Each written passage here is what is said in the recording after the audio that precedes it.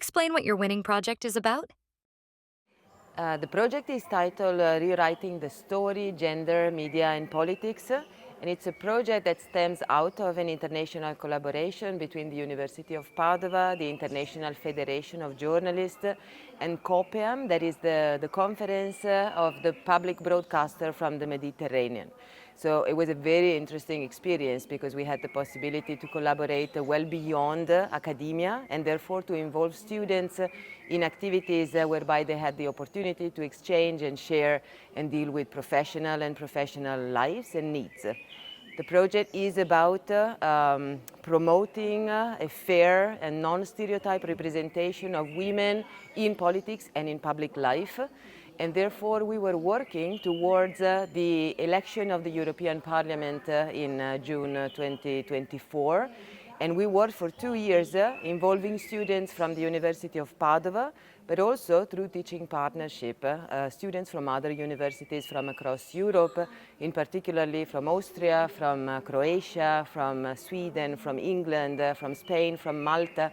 So it was a partnership and a collaboration at very different levels. Certainly the level of student-to-student collaboration. I had the opportunity to work with amazing colleagues who are all involved in gender, media, politics kind of issues, and then also to bridge with non-academic realities.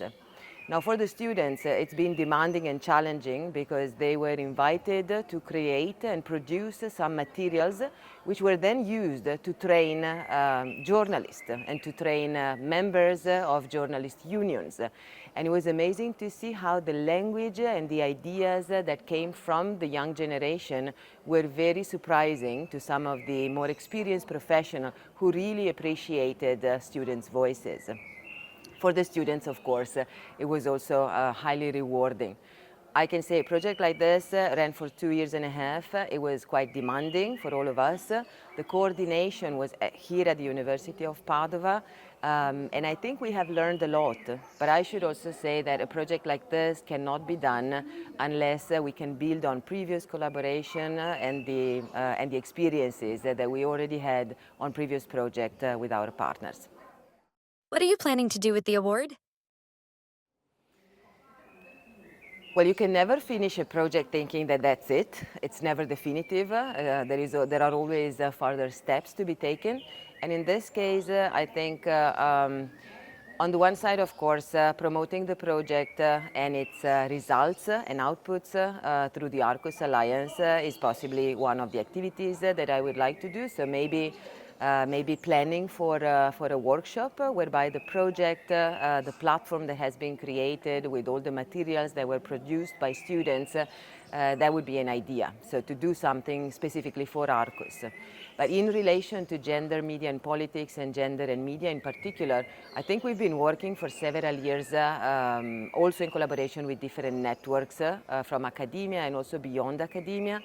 And in here, I would like to mention the UNESCO-promoted UniTwin network on gender, media and ICT that I co-chair with colleagues from the University UNAM in Mexico and from RMIT from Australia. And we have plans to celebrate 2025, which celebrates actually the 30 years since the Beijing Platform for Action, so a platform for action that was adopted at the 4th Conference on Women in Beijing in 1995. So this year we're celebrating 30 years of a platform with commitments, but we're also assessing how much progress has been done and the progress that has not been done.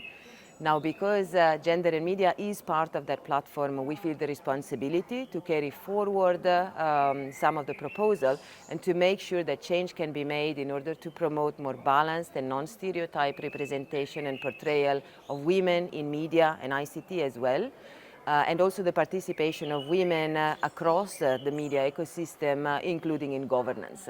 So there are plans, and I think that what has been produced through this project that won the award can actually support some of the initiatives that we will be doing between now and the end of the year.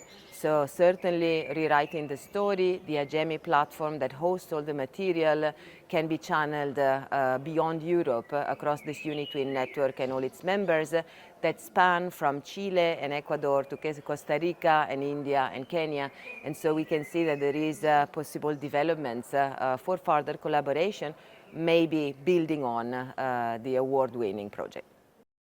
How do you think the Arqus Alliance can reinforce teaching innovation at universities? It's a good question. We're always engaging with new opportunities and possibilities, and I think many of us we've had experiences with innovative teaching. I should say well before COVID. So we started engaging students and creating opportunities for classes to come together, to make use of technologies, to develop common projects. And then, of course, COVID has pushed a lot further. My sense is that we have not reflected enough on the potential and also the challenges of making use of technology.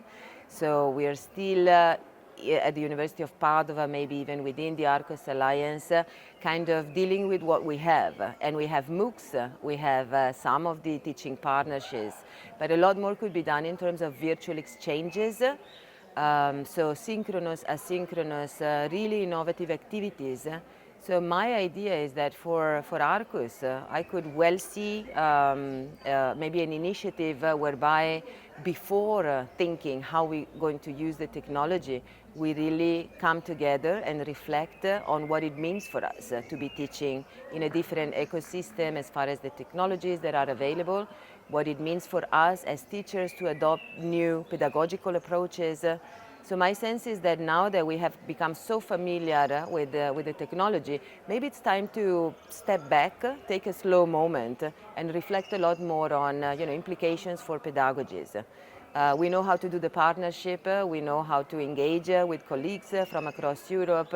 We have good support as far as technologies, but this is certainly transforming profoundly the ways in which we see ourselves in the class, our relation with students, our relation with knowledge. So I would very much appreciate maybe an Arqus-wide reflection on these matters.